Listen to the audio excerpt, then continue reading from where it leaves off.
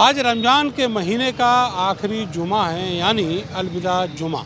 और आज उत्तर प्रदेश और देश के सारी मस्जिदों में अलविदा जुमा की जो नमाज है वो अता की जा रही है। आपको बताएं कि आज अलर्ट पर रखा गया है पूरे उत्तर प्रदेश को, और ये कहा गया है कि कोई भी नमाजी सड़क पर या छत पर नमाज अदा नहीं करेगा। सभी लोग मस्जिद के अंदर नमाज अदा करेंगे और उसको देखते हुए यहाँ पर काफ़ी इंतजाम किए गए थे। इसके अलावा जो पुलिस प्रशासन है वो भी सुरक्षा में यहाँ पर तैनात किया गया है।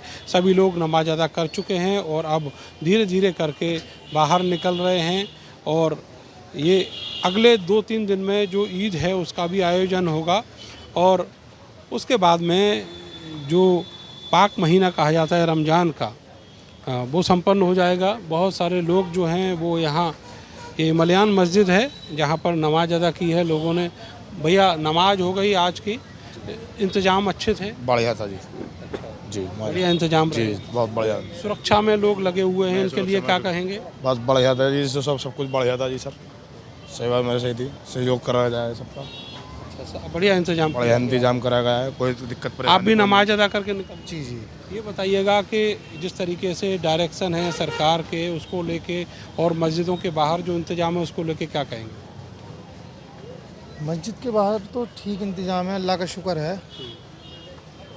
बाकी सब अपने अपने चल ही रहे हैं जैसे चल ही रहा है, अब उसमें क्या कह सकते हैं।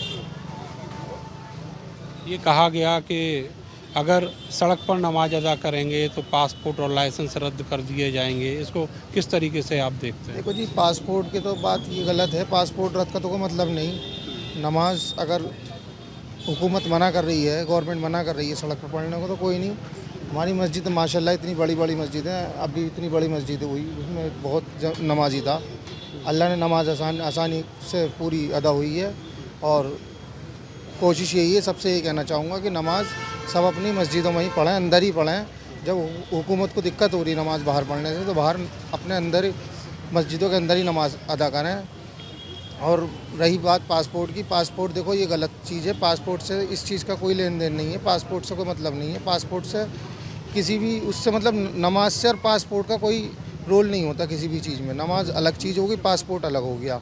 अगर हम कोई गलती करते हैं तो उसकी समझ में आ रही है हमें सज़ा मिलनी। अगर हम कोई गलती नहीं कर रहे हैं तो उसकी खामा-खा की सज़ा हम क्यों भुगते हैं? आप ये मान रहे हैं कि एक तरीके से धमकी है? ये गलत चीज़ है। पासपोर्ट का मामला सही नहीं है। पासपोर्ट अच्छी पासपोर्ट जी जी, पासपोर्ट सबके साथ है। कोई बाहर जाता है, कोई विदेश, कोई नौकरी कर रहा है बाहर, कोई हज को जा रहा है, कोई उम्रे को जा रहा है। पता नहीं किसकी क्या उम्मीदें हैं, ईद के बाद क्या उम्मीद जुड़ेंगी लोगों की। कोई उम्रे की तैयारी कर रहा है, कोई हज की तैयारी कर रहा है। अब किसी का पासपोर्ट रद्द कर दो तो उसकी तो सारी प्लानिंग की चौपट होगी जो उसने कर रखी है।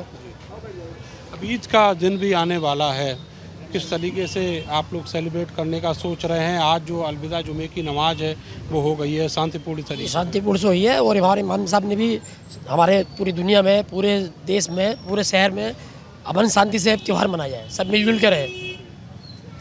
तो सरकार के जो डायरेक्शन है उनका सब लोग पालन कर ही रहे हैं। पहले से सड़क पर नमाज पहले से नहीं पढ़ी जा रही है, ये तो बना दिया था। अब सब अपनी मस्जिदों में नमाज पढ़ रहे हैं, कहीं बाहर कोई नहीं। किसी तरह का कोई दबाव, मानसिक दबाव, कुछ दबाव नहीं है। सब पहले से पढ़ते आ रहे हैं, ऐसे पढ़ते आ रहे हैं। हर जुमे में अंदर ही नमाज पढ़ते हैं। अब भी जुमे में नमाज अंदर ही पढ़ी जा रही है, बाहर कोई नमाज नहीं पढ़ता। ये जो डायरेक्शन बार बार रिपीट होता है, इसको किस तरीके से आप? ये तो कुछ नहीं, आम पब्लिक है, सब समझती है। सब चल रहा है, नमाज सब मस्जिदों में पढ़ते हैं। पूरे शहर में कहीं भी चले जाइए, सब मस्जिदों में नमाज पढ़ते हैं, कोई बाहर नहीं पढ़ता। बहुत शुक्रिया सर हमसे बात करने के लिए। तो जो जुमे की नमाज है वो अब अदा हो चुकी है, लोग अपने घर को निकल रहे हैं। आने वाले दिनों में ये एक बड़ा जश्न है ईद का, वो भी दिखाई देगा। और जो रमज़ान का पाक महीना है इसके साथ ही वो संपन्न हो जाएगा। कैमरा सहयोगी सानू के साथ मैं नरेंद्र, भारत समाचार, मेरठ।